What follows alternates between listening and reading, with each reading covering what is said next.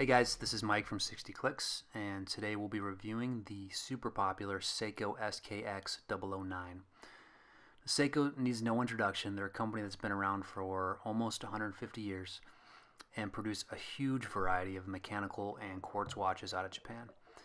Everything from $50 pilot watches to the high-end Grand Seiko dress watches.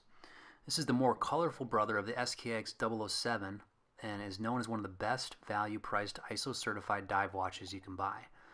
It's identical to the 007 in every way except for the Pepsi red and blue bezel as opposed to the black bezel in the 007.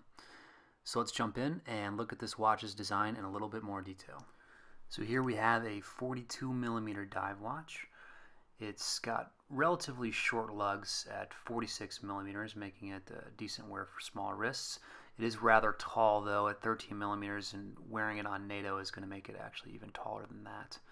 Let's keep that in mind. The bezel itself is a 120 click bezel, and it aligns really nicely with the chapter ring inside. The crown is located at 4 o'clock, and it's an oversized crown that's really easy to use. The hands move very fast, making it really quick to set the time.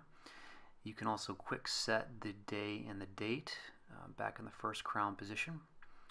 But keep in mind this is a non-hacking movement, which means you can't stop the seconds hand while you're setting the time. But that's sort of what you get with these cheaper entry-level mechanical movements. The back of the watch, we've got this solid engraved case back with the Seiko Tsunami logo. Underneath that is the Seiko Workhorse 7S26 movement, which is Seiko's basic machine assembled movement with a 40-hour power reserve. It lacks both hand winding and hacking, but this is a movement that has been known to last for decades without service, and if you take care of it, it can be as accurate as plus minus 10 seconds a day. The basic version of this watch comes with the Seiko rubber strap, as you can see here. Personally, I'm not a huge fan of the strap. It's actually really too long for my wrists, which are 6.5 inches, and the rubber itself feels a little plasticky. So my recommendation would be to just ditch the strap altogether and get yourself a nice NATO band. Now, Seiko's well known for having really high quality loom on almost all their models, and the 009 is no exception. As you can see here, the loom glows really brightly. The plots are very well illuminated, as well as the hands and counterbalance, and you've got an illuminated pip on the bezel as well. And this loom rivals the loom in some of my higher end watches from Omega, and you won't find loom of this quality in the $200 price range anywhere. This watch is rated to 200 meters in depth and is actually an ISO 6425 standard compliance diver, which means this is a serious dive watch. This isn't a toy. In order to meet those compliance regulations, you have to pass a huge battery of tests.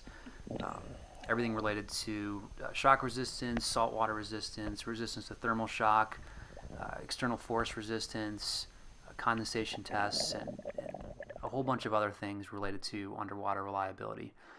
So not only is it a great weekend beater watch, but you can also take it diving if you want to. So overall, the Seiko SKX009 is a really great piece at a really budget price. For less than $200, you can have a really cool entry-level mechanical watch with a lot of neat history. You'll often see some of the higher-end collectors having a SKX in their collection as well because of its really interesting history. It's super reliable and rugged, and you don't have to worry about messing it up, so it's a great weekend beater watch.